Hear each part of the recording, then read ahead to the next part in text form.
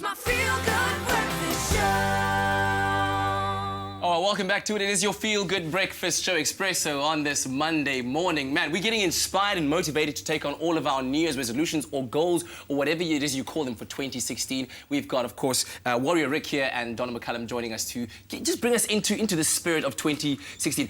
I wanted to ask this question. Does it matter what you call them? Whether you call them 26 goals or New Year's resolutions? Because to me, it does. And I've actually come up with my own personal phrase that kind of motivates me every day. But does it really matter? Some people love to call them intentions. Some people love to call them goals. I would throw out New Year's resolutions because they have such a negative connotation. Yeah. Well, certainly after this morning's show, we have done away with New Year's resolutions. I like Ric, to what think about of them you? as affirmations. Yeah. Oh, same thing. I mean, I like to call them purpose evolutions because I think, again, it's purpose-built and it's about the journey. So you're always evolving, always evolving. Mm-hmm. When was the last time one of you didn't achieve one of your goals? Ooh. It happens all the time. Like 2 years ago.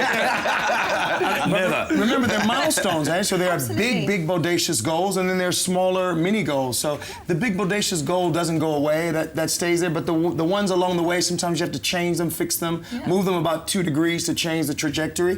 But yeah, the failure is part of the plan, guys. I mean, but you got to fail forward. So you're never on your heels. You got to be that, New Zealander who just passed away from in rugby, Jonah. Yeah. I'll tell you what, he fails forward all the time. Watching him play, his hand, grabs the ground. People try to tackle him, but he's always going for the try. And it's just beautiful to watch how you can fail forward in that regard. Yeah. And sometimes we have these big dreams and goals, but we get impatient and then we give up on them.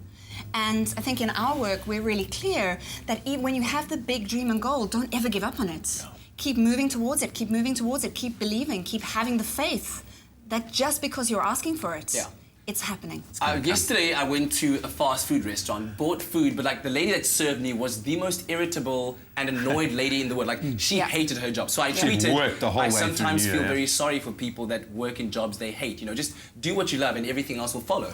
To which somebody then replied, oh, but then who's going to pay for the bills and buy bread at the end of the day? How do you motivate someone like that to say, just be patient, be patient? This is something that I hear in my work all the time. People come to my workshops and say, I can't change my life because what about the bills? Yeah. And this fear of money is what keeps a lot of people trapped. And it's a little bit what I was talking about earlier. Start doing things you love. Start sprinkling into your life the things that make your soul light up. So you might not be able to change your job tomorrow, but you can certainly go and watch that sunset. You can certainly go and spend time with friends. You can certainly listen to music that you love to start getting into that feel-good place. How do we get over our fears at the beginning of a new year? Money is probably first and foremost on everyone's minds. You've got to make your life happen. How do we move away from the fear and make it an incentive-based, make it a goal-driven environment? Well, it is really about, as Donna says, finding what you love. But it's not just easy to say find what you love because you're in the job. So oftentimes, you come home from an 8-hour or 10-hour day and you're tired, but don't be uninspired. You should always carry that inspiration with you. We're grown, we're born with it. We have inspiration, but we must just tap into it. So one of the things is you mentioned, KG, so how do you get someone who works in a fast food restaurant or works in a job that's probably just minimum wage?